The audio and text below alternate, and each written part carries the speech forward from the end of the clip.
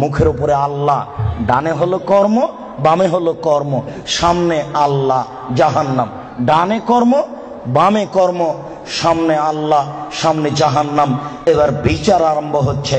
একটু লায়াজুলু কাদামা বানি আদম হাতা ইসালান খামস, পাঁচটা জিনিস জিজ্ঞাসা করার পূর্ব পর্যন্ত আদম সন্তানের কারো পা নড়াচড়া করবে না।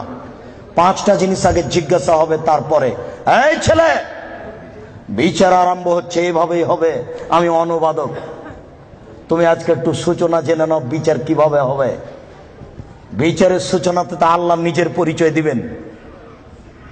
এরপরে বিচার শুরু হতে ডান দিকে বাম দিকে লক্ষ্য করবে, সে তার সব কর্ম দেখতে পাবে। যেইভাবে পাপ করছে ওইভাবে কর্ম উঠে আছে, সব দেখতে পাবে। এবার পাঁচটা জিজ্ঞাসা। এক, আন উমরিহি, পুরো বয়স বুঝিয়ে দিতে হবে, পুরো জীবন। ৭৭ বছর বয়স পুরোটাই বুঝাতে হবে। আজকে সারা দিনে কি কথা বলেছেন তা কি মনে আছে? সারা জীবন বুঝাবেন কিভাবে? প্রস্তুত থাকুন, আপনার কিছু না কিছু উপকার করবই করবো ইনশাআল্লাহ।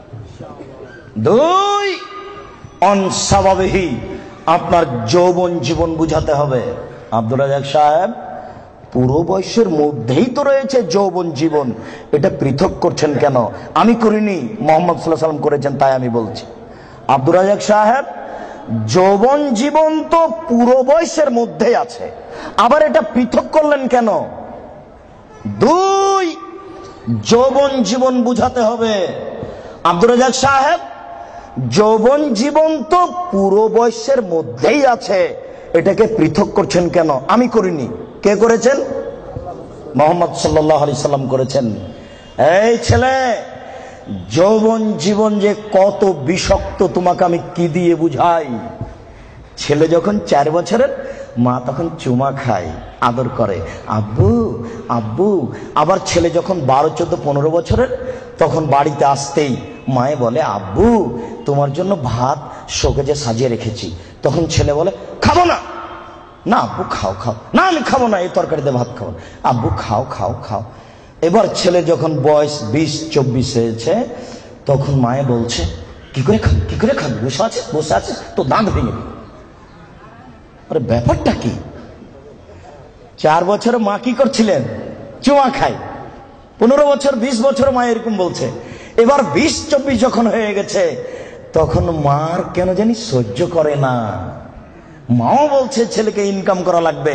মাই যদি বলে যে তোর দাঁত ভেঙে দেবো, তাহলে বউ কি বলবে?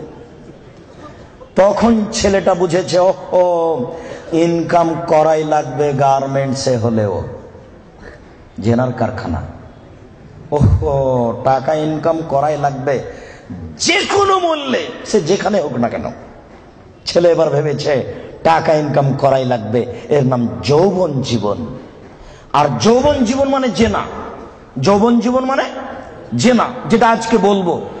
এখানে যত মোবাইল আছে, শতকরা 1999টা মোবাইলে জেনার গল্প হয়, এটা আমার অনুমান। প্রায় মোবাইলে জেনার গল্প হয়।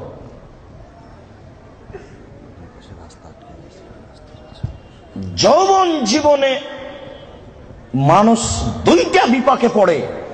এক, টাকা, সে দেখতে চায় না টাকা বৈধ না অবৈধ। দুই, দেখতে চায় না সে মান সম্মান, জাহান্নাম কি জান্নাত, বাপ মায়ের মান সম্মান যাবে কি যাবে না, সে বেখেয়াল বোকা সেজে সে জেনায় লিপ্ত। এই দুইটা জীবন খুব কঠিন। রাস্তা নাকি বন্ধ হয়ে যাচ্ছে, ছেলেরা তোমরা দেখো, রাত গভীর হয়েছে, রাস্তা বন্ধ হতেও পারে, তবে তোমরা সহযোগিতা করো, মানুষের জন্য অসুবিধা না হয়। সম্মানিত উপস্থিতি, আমরা বলছিলাম এ হচ্ছে বিচার যৌবন জীবন।